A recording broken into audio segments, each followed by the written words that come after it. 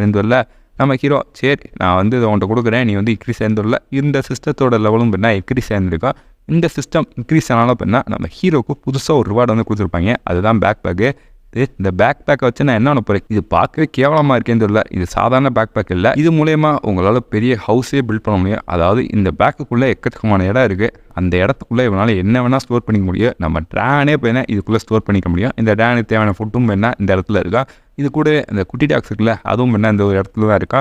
நம்ம ஹீரோ சொல்கிறேன், நீ சாப்பிட்டு போயினா ரேடரில் சிக்னல் பெருசாகிற, இன்னும் கொஞ்சம் நேரத்தில் சீக்ரெட் ஃபோர்ஸ் வந்து நம்ம எல்லாத்தையும் சோழியை முடிக்க போகிறாங்கன்னு சொல்லல. மேலே தானே அந்த மான்ஸ்டர் அடிபட்டு கிடக்கா.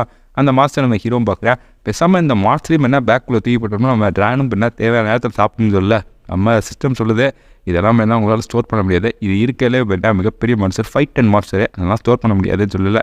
நம்ம ஹீரோ சரி இந்த மான்ஸ்டர்லேருந்து அந்த கிறிஸ்டல் கோரையாச்சும் எடுத்து வந்து வைப்பேன். அந்த கிறிஸ்டல் கோரை எடுத்துக்காண்டி பக்கத்தில் வந்து இருப்பேன். ஒரு நிமிஷம் போருங்க, இந்த கிறிஸ்டல் கோரை என்கிட்ட கொடுத்து